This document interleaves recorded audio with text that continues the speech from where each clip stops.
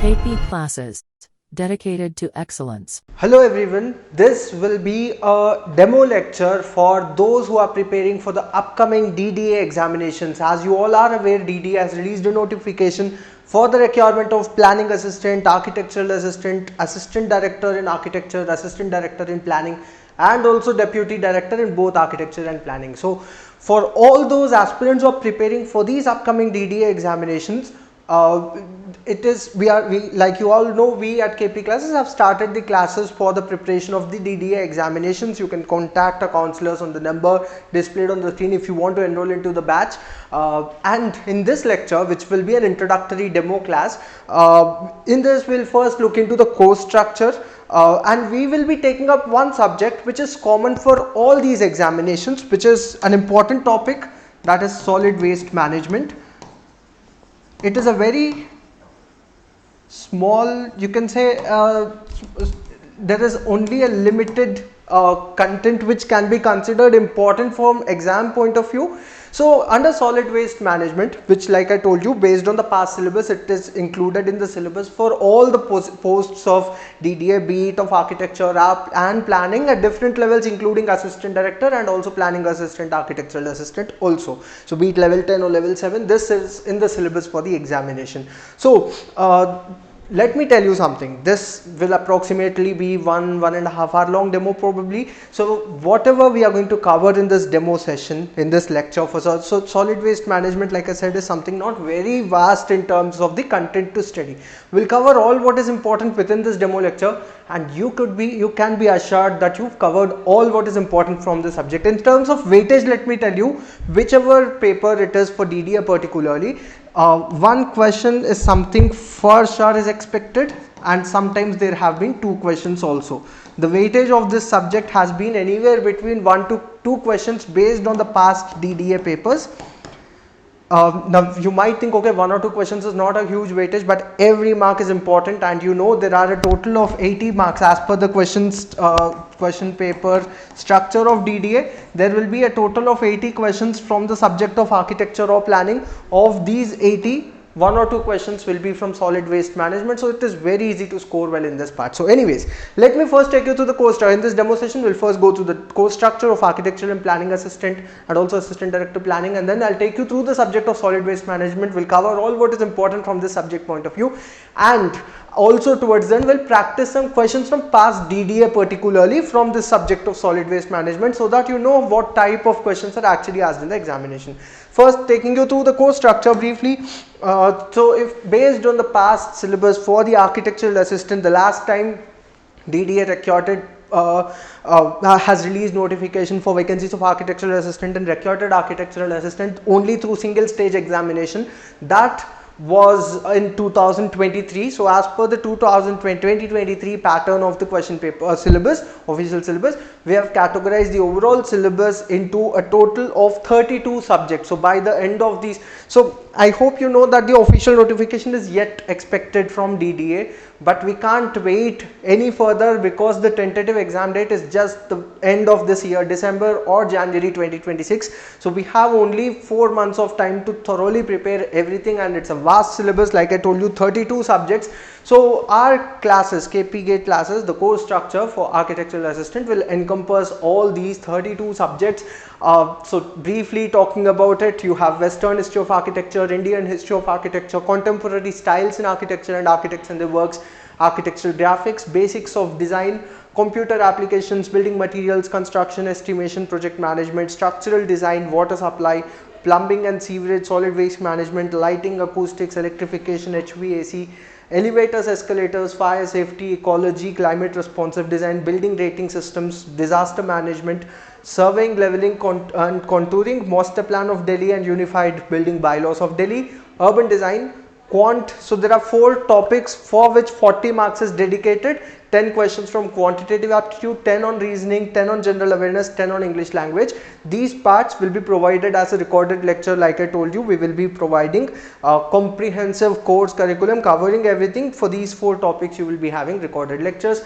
One topic, particularly computer applications, which focuses on understanding the basic commands of AutoCAD. Now, it's not possible to teach you the whole AutoCAD and what you need to remember. So, this part is also something you need to cover under your self-study. Other than that, live lectures will be conducted for all these classes. And like I said, in today's demo session, we are taking up one subject, that is solid waste management, wherein we'll try to cover to the level of detail we take in our lectures. So in our full length course curriculum also, for solid waste management, we dedicate around 2 to 3 hours of time completely to cover the comprehensive part of that subject. So in this demo session, I might not go to the exact level of extent we take in the lectures. Some parts I might just touch upon briefly because this is a demo class, but you will get an idea on the comprehensiveness of how we cover every subject, including solid waste management. So we'll cover this subject in today's demo class. If I similarly talk about the course structure for assistant director planning, one important point to remember here: anyone who is preparing for assistant director, again based on the past pattern, past syllabus, anyone who is preparing for assistant director planning will automatically cover the entire syllabus of planning assistant. If you are applying only for planning assistant, there are a couple of subjects which you can skip from this course curriculum. So more or less they are in parallel. Broadly speaking, there is around say 15% of difference, you can say, in broad terms. So the subjects here, there are a total of 24 subjects for the assistant director planning which you need to cover, including history of architecture, Indian and Western both, contemporary styles and architecture and modern styles, basically environment and ecology, climate responsive design and basics of climatology, building rating systems, environmental impact assessment, land suitability analysis and vulnerability analysis. Then you have lighting, acoustics, urban planning, housing, PTM, which is planning technique management, covering survey, GIS, remote sensing and financial appraisal. Now this part, topic number 12, is dedicatedly only for the assistant director planning. For planning assistant, details of PTM, that is GIS survey, some basics of GIS are covered in planning legislation, one topic of the assistant planning assistant, but not the complete subject of planning technique management.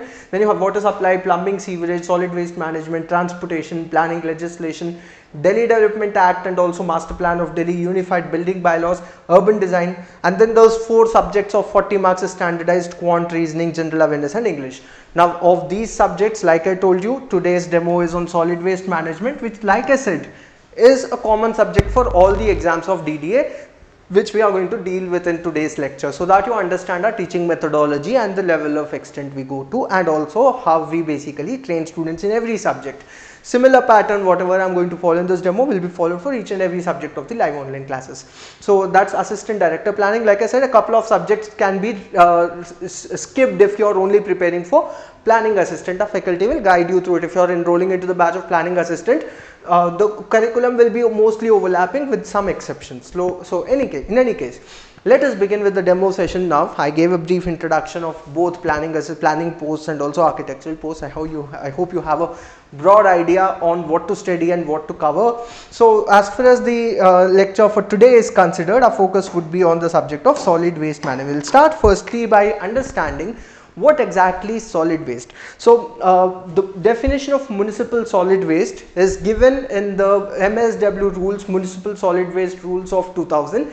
However, let me tell you, I'll take you through the definition, but in the beginning itself, let me tell you, MSW rules 2000 has been now updated. You can say a new notification has been released by name Solid Waste Management Rules of 2016. But still, I've included the definition of MSW rules 2000. Reason being, this same definition has not been included in SWM rules of 2016, which is again an official document published under Gazette of India. It is published in the Gazette already.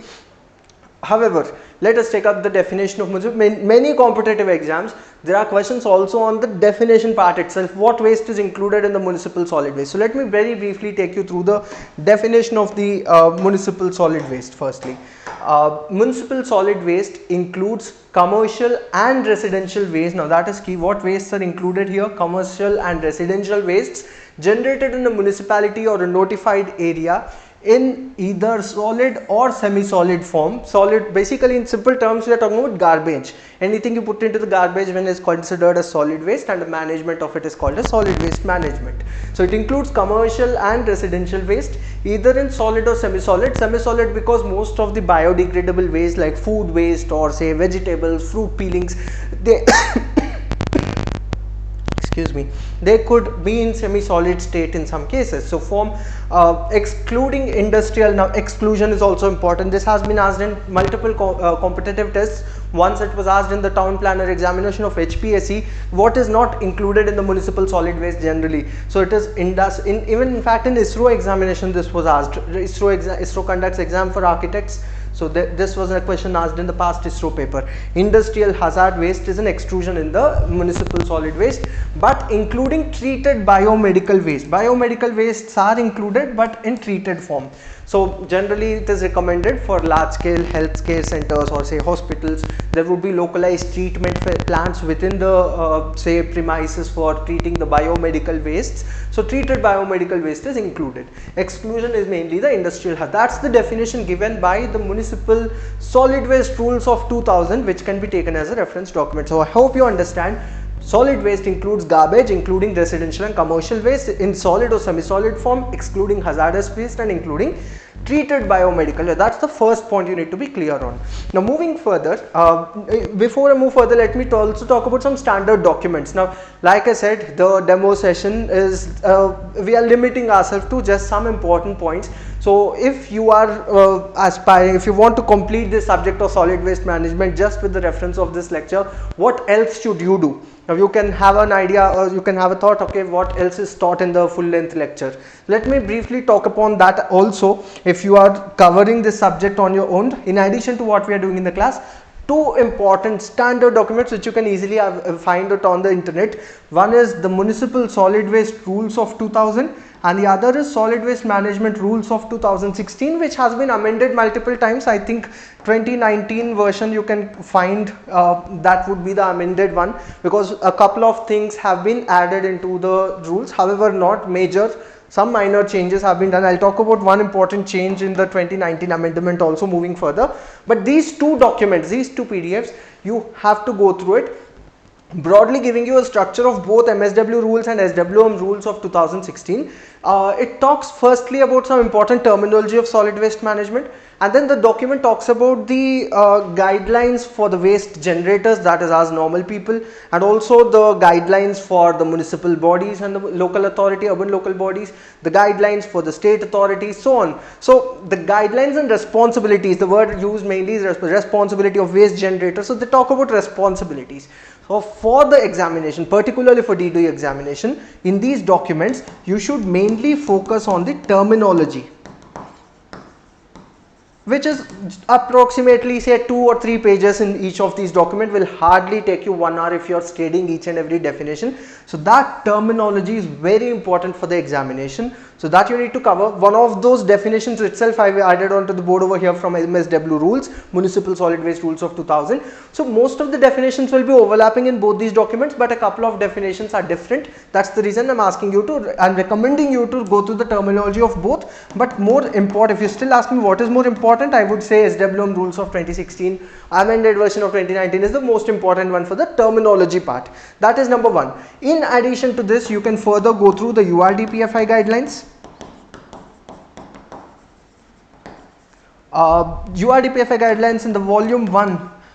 If you go by the standard PDF of URDPFI guidelines volume 1, in the page number 365 you will find solid waste management. That's where it starts.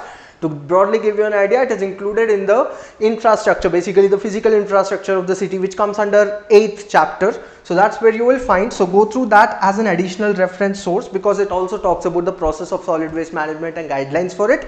And even in the National Building Code, you have a chapter on solid waste management. You can additionally, now this is the tertiary level in the sequence of importance. Very important is SWM rules 2016, additionally MSW rules 2000, mainly the terminology, then URDPFI guidelines, and finally NBC's tertiary, because it's not necessary to go to that level of detail for 1 or 2 questions. So you can limit yourself. Anyway, so that's the self-study part, and even the sources where we draw from mainly in our full length lecture as well.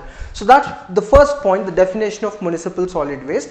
Let us now go through the process. Before entering into the process, you should also know the standards for the amount of waste generated. So basically solid waste management mainly, so there are responsibilities for people involved or different stakeholders, starting from the waste generators. There are responsibilities for the local bodies, also there are responsibilities for the state and central authorities and ministries also. But the major role played in the solid waste management is by the urban local bodies, generally the municipal corporations or the local level of governance basically. And for like any other service like water supply, sewage treatment or any even electricity, for any service it is important to know how much people are to be catered by that service. In solid waste management also there are guidelines to know how much service. So for planning out the solid waste management of a settlement, you should first know what is the quantity, what is the amount of solid waste generated. So for that, this is also asked as questions in many competitive exams with respect to how much quantity of solid waste is generated. There are different sources for it. I'll take you through different sources, but I'll also towards the end tell you what to remember exactly. So to first begin with the waste generation standards, if you look into the CPHEEO manual, which is, so in some competitive exams questions have been asked on these full forms also. There are some central government bodies and organizations which play a major role in services including water supply, solid waste management and sewage treatment, which all come under environmental engineering. So Central Public Health and Environmental Engineering Organization, CPHEEO, publishes a manual, so which goes by the name CPHEEO manual. As per CPHEEO manual, there are guidelines on the waste generation standards, how much waste is generated. So the first point you can take to have a broad idea, the waste generation varies between 0.2 to 0.4 kg. Now every country has different standards. Generally developed countries are attributed to higher waste generation, more than 1.5 kg per day per capita on per capita basis. In India, however, the standard which has been given in CPHEO manual, which is based on a research conducted by the National Environmental Engineering Research Institute, which is abbreviated as NEERI, located in Nagpur. They have conducted a research in 1996. This comes under CSRI.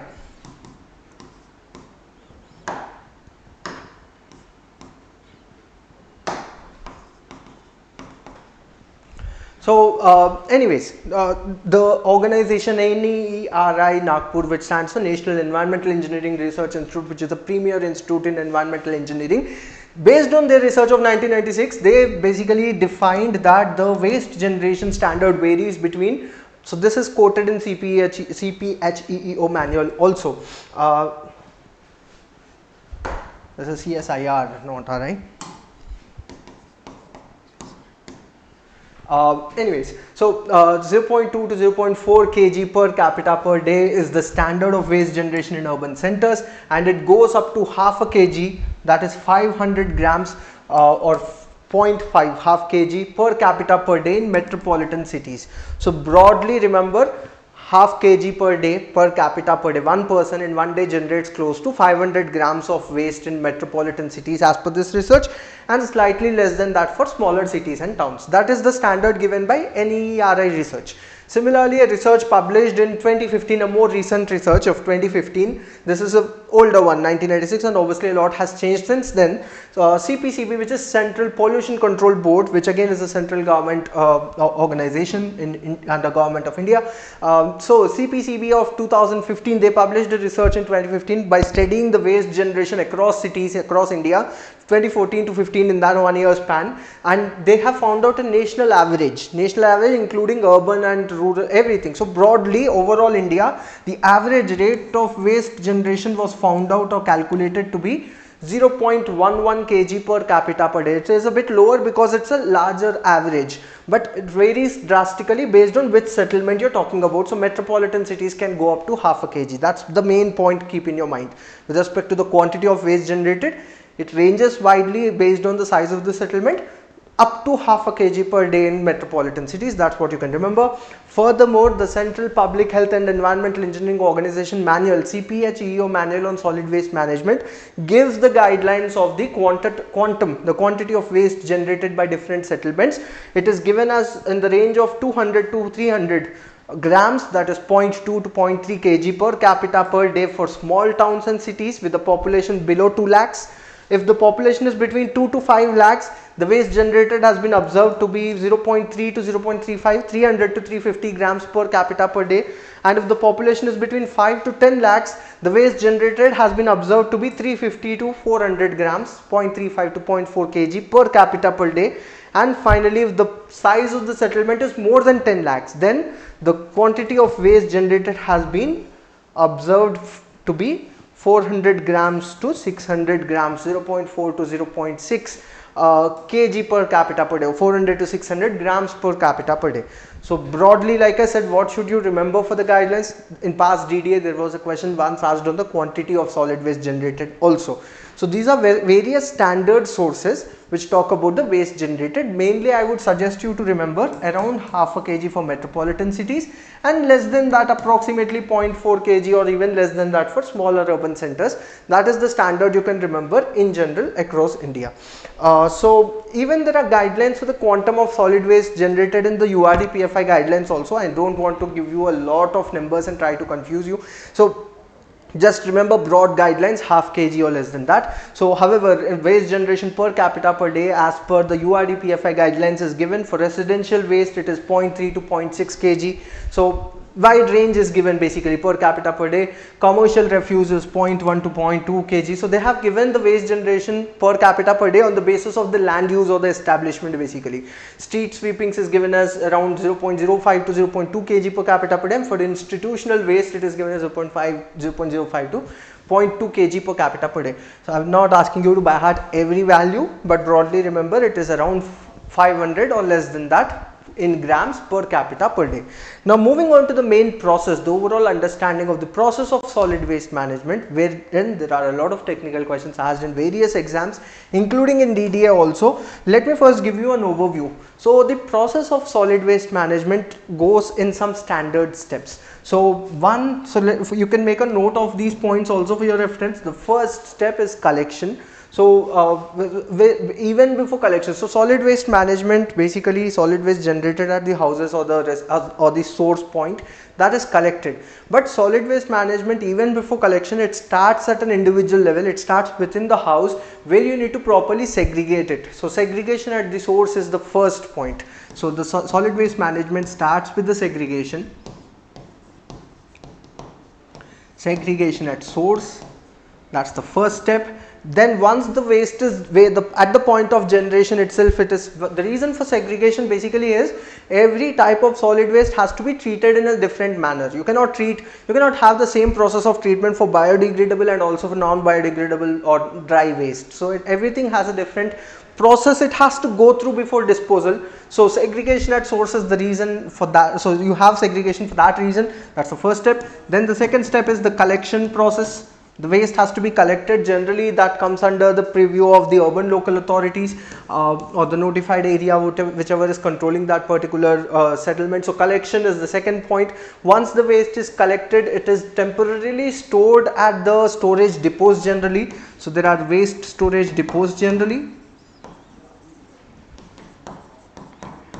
which are temporarily holding so these are basically facilities to temporarily hold the solid waste. What is the reason? Why do we have these depots? We will study each and every point in brief. So number 4, once the waste is temporarily stored at a depot, then it is transported. That's the next step, transportation. Transportation mainly involves the collection, the transport of the waste from the storage depot to a treatment facility before disposal. So once the transportation is done, generally the waste is carried in a compacted form to the outskirts of the city, properly segregated into dry, wet waste. It is transported, and once the transportation is done, that's where the treatment facility is generally. So you have the process of treatment. Now sometimes there are decentralized treatment plants at the storage depot as well for particularly biodegradable waste, because for biodegradable waste you have a limited time period it has to go through the process of treatment within that. Anyways, you have treatment facilities. Now there are different types of treatment, and questions in DDA are asked on the technical terms of the process of treatment and which type of waste is suitable for which treatment. We will study about that briefly too. So treatment facility, and finally comes the step of the disposal. Now in the examinations you can also have questions on the sequence of steps as well. So remember, the sequence of steps involved in solid waste management is always segregation at source, collection, then temporarily holding them at the waste storage depots, then transportation to the outskirts of the city where treatment and disposal is done. So treatment and disposal is the last and final step. That's the overall process of solid waste management, and the guiding principle in solid waste management is always the principle of 3 R's. 3 R's has been the guiding underlying principle of solid waste management always. The rule of 3R is basically reduce, reuse, recycle, in that order. In some competitive exams in the past, not in DDA but in other competitive exams, questions have been asked on the full form of 3R, and just to confuse you, they will give you the same 3 words in different order. Always the correct sequence is reduce, reuse, recycle. Why so? You should always, the first focus is always on reducing the quantum of waste. You have to reduce the quantity, and whatever can be reused should be reused before discarding it. And then finally recycle. You have to recycle all what is recyclable. So reduce, reuse, recycle is the guiding principle for solid waste management. That's the rule of 3 R's. So remember the sequence of steps and the rule of 3 R's. Now with that, let us focus on this first step. So we'll have a brief discussion on each and every point. Now in the lecture, generally in the full length class, we have a detailed understanding of each of these points, understanding the technical aspects included in each of it, because in the exam you have questions on the definitions and terminologies included in each and every step. So to give you a broad understanding in this demo, in this introductory part, let me give you an idea on the segregation. So like I said, the importance of segregation is mainly because every waste cannot be treated in the same manner. Every waste has to go through a different and separate process of treatment before disposal, and because of that you have a different you have this step of segregation, and it is always easy to segregate at the source itself. Now collecting all the waste together and segregating it at a final stage later on will take a lot of effort and lot of, say, in terms of manpower, it requires a lot of labor, and it cannot be done with efficiency at later on stage. That's the reason always segregation is recommended at the source itself. Now in this part there are questions asked on some guidelines, general thumb rule. Let me first talk about the general thumb rule, and then I'll talk about the standard documents and what they recommend for segregation also. So first and foremost, the general thumb rule, we have categorization of waste into green bins and blue bins. The general practice, so the standards for segregation are established in different cities. So the urban local body, every city might not have the same rule. So depending on the urban local body's guidelines and bylaws, there can be different recommendations of segregation. There can be different guidelines for the fines for people who are not following those rules. So that comes under the preview of the urban local body. But generally green and blue bins are used, wherein green bins are used for the wet waste, or you can also call it as the biodegradable waste, whereas blue bins are generally used for dry waste, which is mainly non-biodegradable. And I told you to go through the definitions of the municipal solid waste or the solid waste management rules. Solid waste management rules of 2016 clearly defines what is biodegradable waste also. In simple terms, biodegradable waste is that waste which can be decomposed by microorganisms into stable form. So basically organic matter is not stable, it basically is volatile, it changes its form, it rots, gives bad smell, releases some gases, it changes into something else, right? So in the presence of microorganisms, these biodegradable compounds can come down into a stable version. That waste, basically any waste which can be broken down into a stable form by microbial activity or microorganisms, is called as biodegradable waste. So that is generally stored in the green bin. So mainly because dry and wet waste have different processes involved for treatment, you have this categorization of green and blue bins. However, let me also now talk about the guidelines. As per the SWM rules, solid waste management rules of 2016, the first point under the responsibility of at the source, responsibility of the generator, the waste generator, that is normal public. The first responsibility of the SWM rules given for generators is segregation, and they talk about segregating it into 3 types of waste. They do not recommend any color coding right away in the first step of SWM rules, So they recommend the segregation mainly into three categories, like I said: biodegradable waste, and then for dry waste, which is basically a non-biodegradable, or for that matter recyclable waste. So they biodegradable, which is basically organic matter from kitchen waste, and then you have the recyclable waste, including paper, plastic and so on, and then domestic hazardous waste.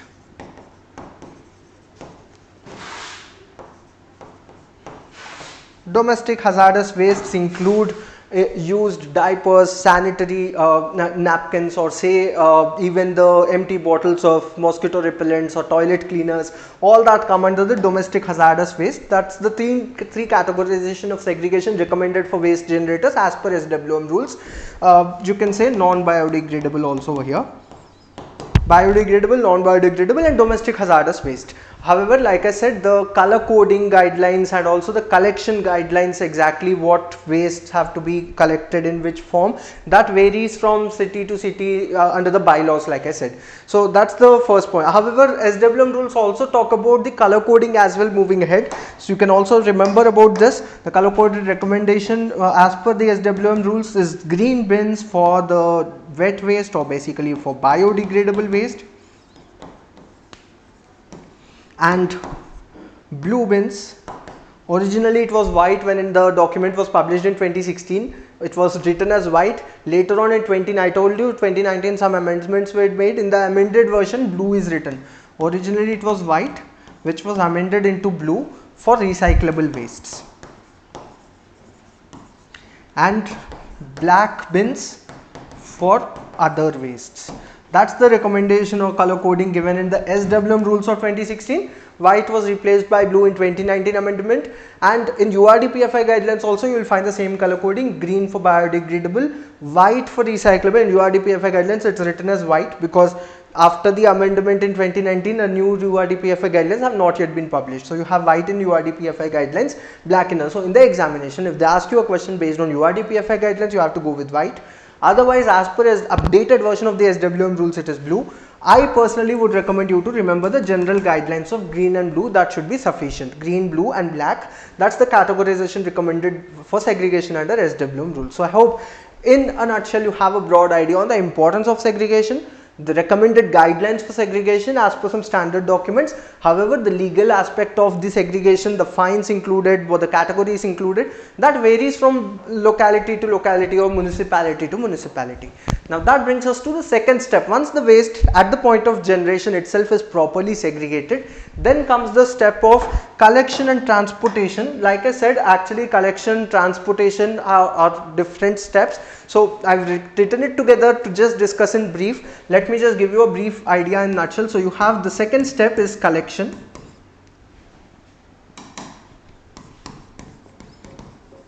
So collection process is where the urban local body or the municipality is basically setting up a mechanism to collect the waste at the source from each and every house, or basically from the source in a segregated manner. The collection processes broadly are defined into there are two main types of collection processes, two or three main types of collection process. The first one is doorstep collection process. Doorstep collection is where at a defined timetable, either on daily basis or on alternate day basis, the concerned people who are given this duty, they come and collect the waste from each and every house. Doorstep collection is that process. Other than that, you also have the process of community bins. Community bin collection is where you have a common bin, generally for every say neighborhood or for every lane you have a dedicated community bin, which have to be properly cleaned in regular basis. Otherwise there could be spillage onto the street as well. People can start throwing in the surroundings, which has to be avoided. So community bin collection is the second one. For congested areas, generally you have a lane wise collection process also. Lane wise collection, the basic difference between community bin collection and lane wise collection is, in community bin collection there would be a common bin for the community where people would discard the waste as per their availability of time, and the the people from the urban local body municipality, they would get it cleaned under the guidelines of the sanitary inspector. They would get it cleaned at regular basis towards spillage onto the street. Lane wise collection, however, on the other hand, is something where you don't have a common community bin. Rather, because it is a congested area, the collection vehicle cannot enter into every lane and go to every doorstep. So generally there is an announcement made throughout the colony. So the people of that lane would basically reach out to the community, to the truck, and discard their waste. So these are different processes involved in collection: doorstep collection, community bin collection, lane wise collection. This is the categorization for the types of collection given in the URDPFI guidelines. So I'm telling you about the source also, I'm not making it up myself. That is the second step, that is collection. Once the collection is done, the waste temporarily is stored in a waste storage depot, like I said.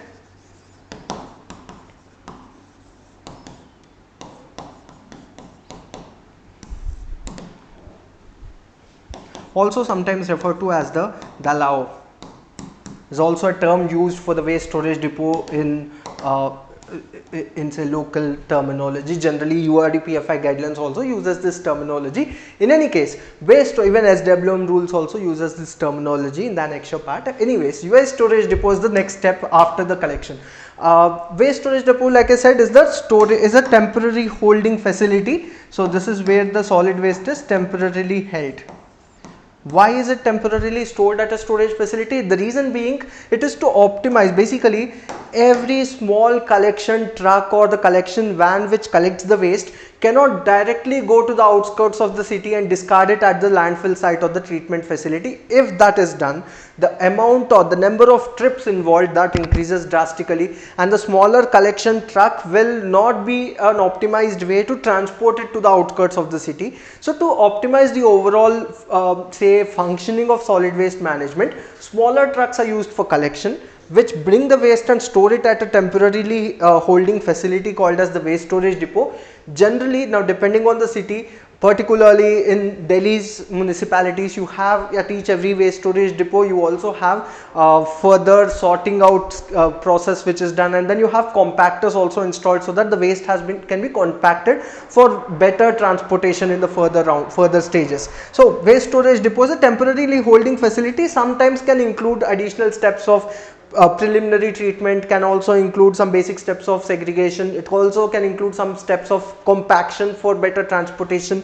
So that is done at the waste storage depot. Once all the trucks bring their waste and the waste is sorted and stored at the temporary storage facility, then comes the stage of transportation. So many people tend to get confused between the difference of collection and transportation. The basic difference: collection is within the city and then brought and stored at the waste storage depot, which have been identified within the master plan itself. For every every locality or a portion of the city, you have a separate waste storage depot, and then from the waste storage depot it is transported to the outskirts where you have the treatment. Generally the treatment and disposal sites are located at the outskirts of the city. So transportation is basically carrying the waste from the waste storage depot to the treatment facilities. Treatment and disposal. Now these are also two different steps. Treatment and disposal is not same. Waste which has been collected cannot be directly disposed of into the environment in a landfill. Disposal is generally done in landfills. Now if all the waste collected is generally dumped into the landfill, the quantum of waste will be very high and the capacity of landfill will easily surpass, and that will result in large dump sites across the city, which would basically impact the overall environment by causing pollution. So treatment is always important for that reason. So if what happens if treatment is not properly done, what are the process of treatment, I'll discuss that, but transportation is basically this process. So that's the basic understanding of collection and transportation in a nutshell. Now let me take you through the disposal. Before disposal you have treatment. So let us first discuss about the treatment processes in solid waste management. Now firstly, the importance. Why is treatment important? If proper treatment is not done, and if the waste once collected and if it is directly disposed into the landfill site or the disposal site, that can result in landfill gases, emission of landfill gases. Landfill gases mainly include methane, carbon dioxide, sometimes carbon monoxide. So these landfill gases can have environmental pollution, environmental impact. Methane, carbon dioxide, they not only will cause environmental pollution, can also attribute to other factors like global warming in terms of greenhouse emissions also. Landfill gases, and moreover there could be fire hazard at the site of land. If proper treatment of waste is not done, there could be a problem of fire hazard, mainly due to this methane gas, because methane is a combustor, it can catch fire easily, so it could be a fire hazard because of that reason. Landfill gases, fire hazard, and also water pollution due to production of leachate. Leachate is basically a poisonous liquid which is generated from rotting matter. So this is mainly from the organic matter. Now something which is not organic, if something is dry like timber, or say not even if you talk about paper or plastic, it might take a lot of time to decompose. Firstly, if even it decomposes, like paper can decompose but takes a lot of time, not like fresh organic matter. Moreover, so you cannot consider it as a biodegradable matter directly. So you consider paper, plastic, all these are recyclable material. So recyclable material should not be directly dumped into the landfill, because that will just increase the volume of the waste at the landfill site. Rather, you have to recycle it. Paper can be recycled, plastic can be recycled, cardboard can be recycled into other forms. You can recycle and make recycled material out of it. So any rotting matter, biodegradable matter, can cause all these hazards of landfill gases, fire hazard, and leachate, which is a poisonous liquid emitted from landfill sites from rotting matter. So all these are the problems if proper treatment is not done. To avoid these outcomes, to avoid these problems to the environment or environmental pollution, treatment is important. So let us talk about the process of treatment in a nutshell. Again, I am not going to the in-depth understanding of everything here in the demo session, but I will take you through the basics of the treatment processes. So treatment processes in solid waste management can be broadly categorized into two types, mainly two types. Now that doesn't mean all the treatment processes fall only into these two categories. There are some additional processes too, but broadly there are two categories. You mainly have biological processes of treatment and thermal processes of treatment. So there are biological processes and you also have thermal processes for treatment. I hope you understand the difference from the name itself. Biological treatment processes use microorganisms for the process of decomposition, use biological you use a biological process for treatment, like using microorganisms in a favorable environment. Thermal processes, on the other hand, rely on heat mainly as a source for the treatment of the waste. Now based on the type of waste, you cannot use all the types of waste, you cannot use biological process. Biological processes are generally more suitable for biodegradable waste itself. Biodegradable wastes are more suitable for biological processes, because that is something which, like I told you, what is the definition of biodegradable waste as per the solid waste management rules? It is any waste which can be broken down by microorganisms into a stable form, which cannot further pollute the environment. So that is basically biodegradable material which is subjected to biological processes. Thermal processes, on the other hand, these are used for wastes which particularly are non-biodegradable, non-recyclable, for such types of waste which cannot be recycled, because any recyclable waste is not treated, it is rather recycled. Plastic, paper, these are not subjected to treatment, rather they are recycled directly.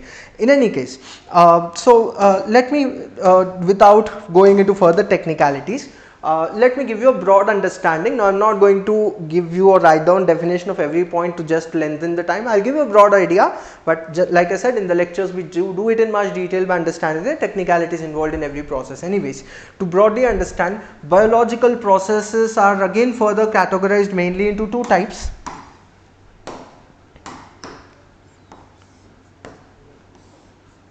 Aerobic processes and anaerobic processes.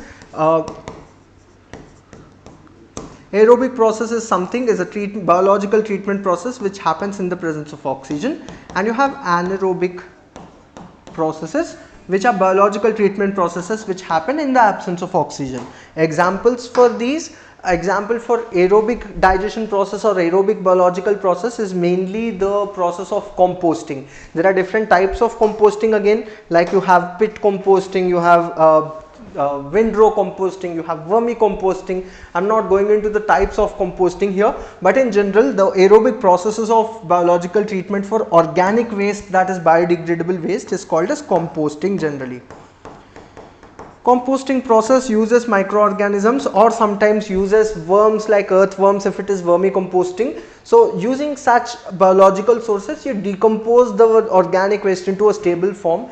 What is the end outcome of the process of composting? What advantage do you get? One, you are going to make the organic material into more stable form, which doesn't cause environmental pollution by releasing landfill gases or by releasing fire hazard gases or by releasing poisonous liquid like leachate. So all those will not happen if you properly compose the organic waste. But the major advantage of composting is you're not only saving the environment, but you're also creating something which is having economical value to it, and that is compost. The end outcome you get out of composting is compost,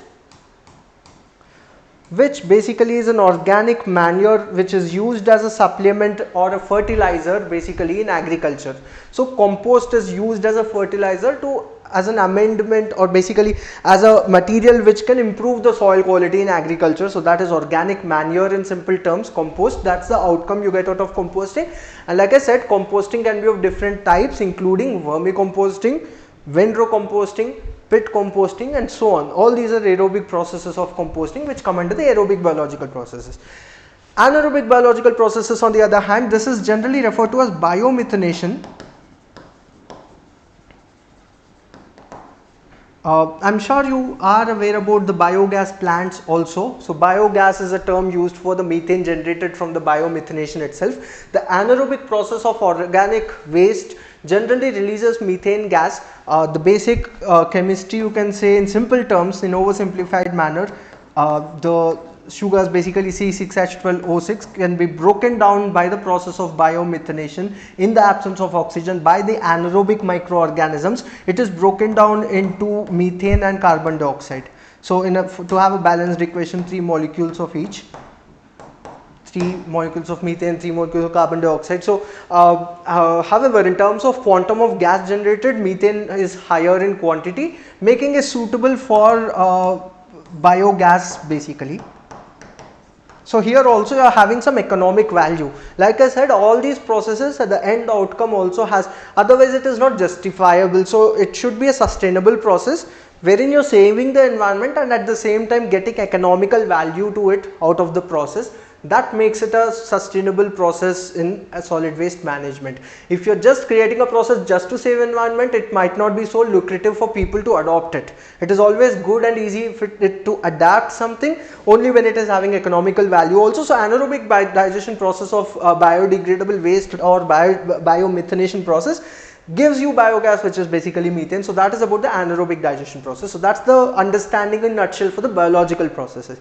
Coming to the thermal treatment processes, where heat is used to further decompose or basically transform the waste into a material of economical value, and also at the same time reducing the waste at the landfill site. So I hope by now you understand the importance of treatment. It is to reduce the waste at the landfill site, it is to reduce the environmental harm caused by particular types of waste, and at the same time generate some economical value to it. So thermal processes, mainly I'm just going to list it down and give you a broad understanding. There are 3 main thermal processes used in solid waste management for the treatment of waste, which include the process of incineration.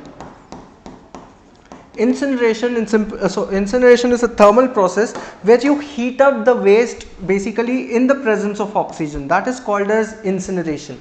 So incineration process can also be basically where it is used for combustible waste, and as per the MSW rules, the SWM rules, solid waste management rules, combustible waste is defined as that waste which is suitable for incineration. It is that waste which is non-biodegradable, non-recyclable. So it should not be recyclable waste, because recyclable waste, if you're burning it, it is not a right way to basically treat it. It has to be recycled. So non-biodegradable, non-recyclable waste which have a calorific value of more than 1500. So that's also defined generally, the amount of the calorific value, the amount of heat generated when you burn per kg basis. So it should be 1500 kilocalories or so. So that's given in the solid waste management rules. So any waste which is suitable for that calorific value, which meets those criteria, can be subjected to incineration, where the process can also be further related to cogeneration. Basically, you use this waste, burn it in controlled environments in the presence of oxygen to release heat, and that heat can be used for electricity production or for other industrial processes like cement manufacturing and so on. So it could be used for industrial processes or for electricity generation. So burning waste in controlled environments is called as incineration, or sometimes a related term is cogeneration. Cogeneration is where you heat the waste and at the same time you're generating electricity out of it. So that's basically incineration related to cogeneration. And then you have pyrolysis process. Pyrolysis also is a thermal treatment process where you heat up the waste to elevated levels of temperature in the absence of oxygen.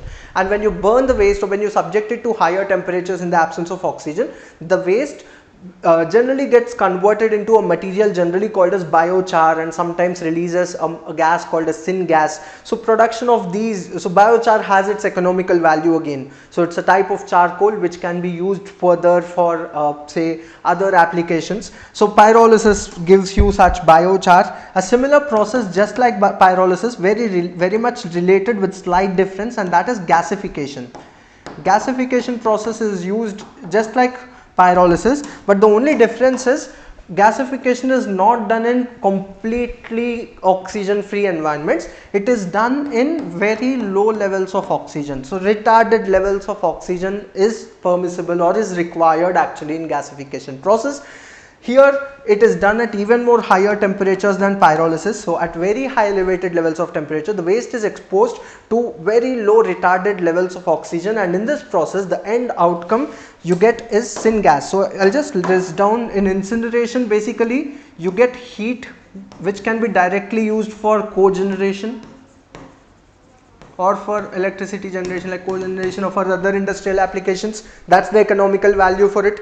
In pyrolysis, what's the economical value? Generally get biochar, which has industrial applications. So it's a type of charcoal like I said. And gasification, you get syngas. Syngas is a type of gas which is dissipated or released in the process of gasification, and this has again methane, carbon dioxide present in it in the composition. Methane has economical value because it's a combustible gas and can be used as fuel. So that's about the thermal processes in nutshell. I told you, if you remember briefly, other than biological and thermal processes, there are other treatment processes, other processes which can be used, which are innovative and which have economical value. One such process is refuse derived fuel, RDF process. You will find most of these definitions. I told you in the beginning, read the terminology from solid waste management rules. Most of the definitions, including incineration, pyrolysis, gasification is not given, but then biomethanation, composting, RDF, refuse derived fuel, all these definitions you will find in the SWM rules of 2016 in the terminology in the beginning itself. RDF is basically refuse derived fuel. From the name itself you understand, anything which has a good calorific value and something which doesn't biodegrade or it's not suitable for biodegradation, it's not biodegradable, is subjected to this process of refuse derived fuel, where the waste mainly composed of rice husk or say such material which has good calorific value which can burn, that is basically shredded. Can also include some types of paper which are not recyclable. So that waste is shredded into fine particles and then it is compacted into small pellets, because of which the RDF process or refuse derived process is also called as pelletization, because you are ultimately creating pellets out of the combustible waste which cannot be, which is shredded and compacted into small pellets. That process is called pelletization, and these pellets can be used as fuel. You can burn these fuels and get heat out of it. So again, it is similar to incineration, but in incineration the waste itself is directly burned and subjected to treatment process and cogeneration, and whereas in pelletization you are creating something of economical value directly so that it can be bought by industries and burned it in the presence of other materials or in its own itself. Pelletization or creates pellets of good calorific value, can be used in industrial applications like cement manufacturing or so on. So mainly to generate heat. So that's about the treatment processes which are used in solid waste management. Before disposal, all this is done. Anything can be recycled, reused, has separated out. Anything which cannot be reused or recycled, that waste is subjected to treatment. So you see there is something done at each and every stage right away from the point of the production. Reduce the waste, segregate the waste, transport, store, collect, then treat it, recycle, and anything can be anything which is recycled or reused, that has to be done. That's when whatever waste is left out, finally that comes to the last and final stage of disposal, where the waste is basically disposed into a landfill, again in a controlled manner, in a properly designed manner. Landfill is not randomly located anywhere, it is generally located outskirts of the city, and also should be far away from say facilities like airports, mainly because landfill sites generally attract say rodents or say rats, and then that attracts high flying birds like eagles and vultures, and that might impact the air traffic. So it is recommended in terms of city planning too that the landfill site is located far away from airports too. So landfill site basically is the site of disposal for the treated waste, and at this landfill site some key pointers I will just list down. I'm not going to the details of it. At the site of landfill, the compacted waste is generally laid down in layers with intermediate soil or sand. So after every layer of compacted treated waste, then you have a layer of soil or basically earth laid down, so that it dissipates well into the earth and becomes a natural material mixed into the earth. So that's the idea of landfill. So always what waste goes into the landfill? It is always compacted treated waste. Untreated waste, I told you what happens if there is untreated waste. Untreated waste releases landfill gases. Now someone can ask you, what are landfill gases? Mainly it is methane and carbon dioxide gas, which are released due to anaerobic digestion of the organic matter. That is considered as landfill gas. Untreated waste can result in landfill gas, can result in leachate, release of leachate can also result in fire hazard. Just to list few. And proper compaction is important so that the waste doesn't just spill away, it has to stay in its form. So compaction is important for that. And intermediate soil covers or soil layers, sand layers are included to make it dissipate into the earth without causing any further pollution. And there are some mechanisms mainly to address these problems. Even after having a good level of solid waste management involved in the treatment, even after that there is a possibility of release of landfill gases and leachate. So there are processes to manage that also included in the landfill site. Mainly there are methane channels, methane capture channels are used, which are basically pipelines to capture the methane. What are methane capture channels? These are basically pipelines laid into the landfill site, so that any methane which is trapped inside the landfill, that can be collected by the pipe and can be used as a biofuel as well. So methane capture channels are generally laid down at points of landfill where methane gas could be is expected to be generated due to any untreated waste reaching to the landfill. And moreover, you also have leachate treatment facilities.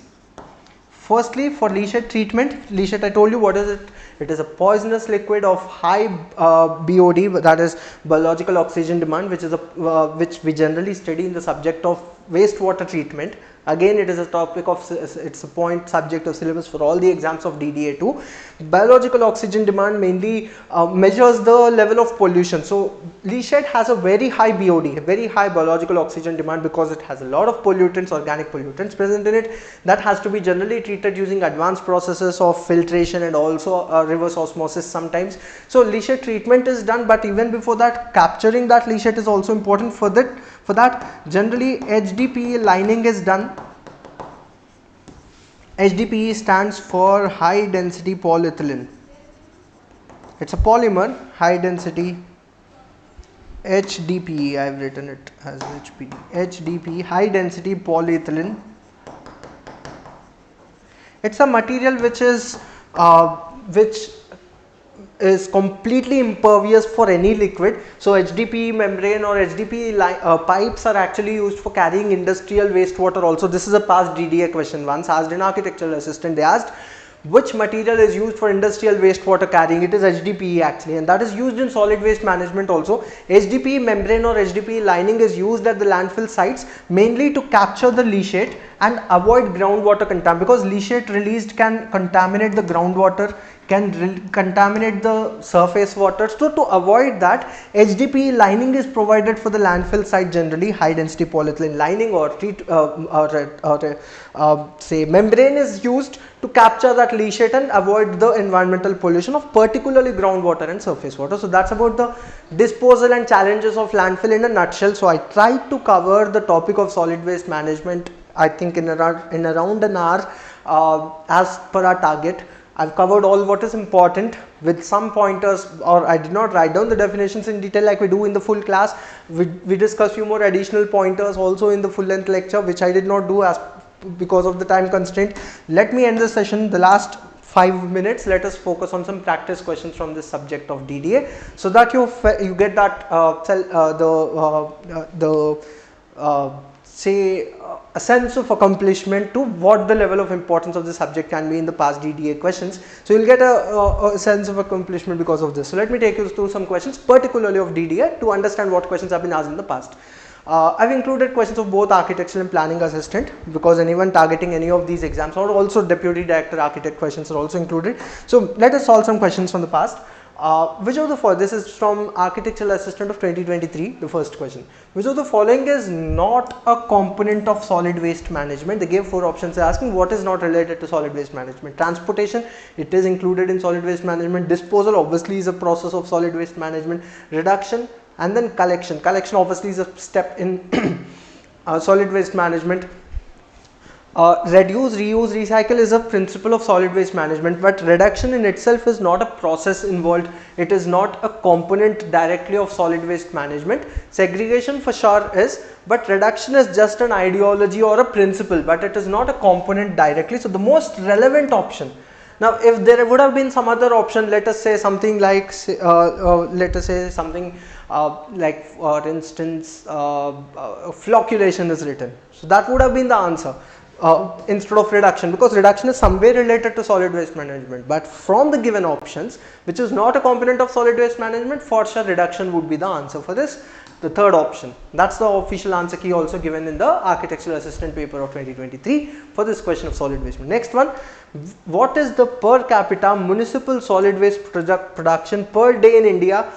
This is also a past DDA question. They gave 4 options. They're asking what is the per capita MSW production, municipal solid waste production per day in India.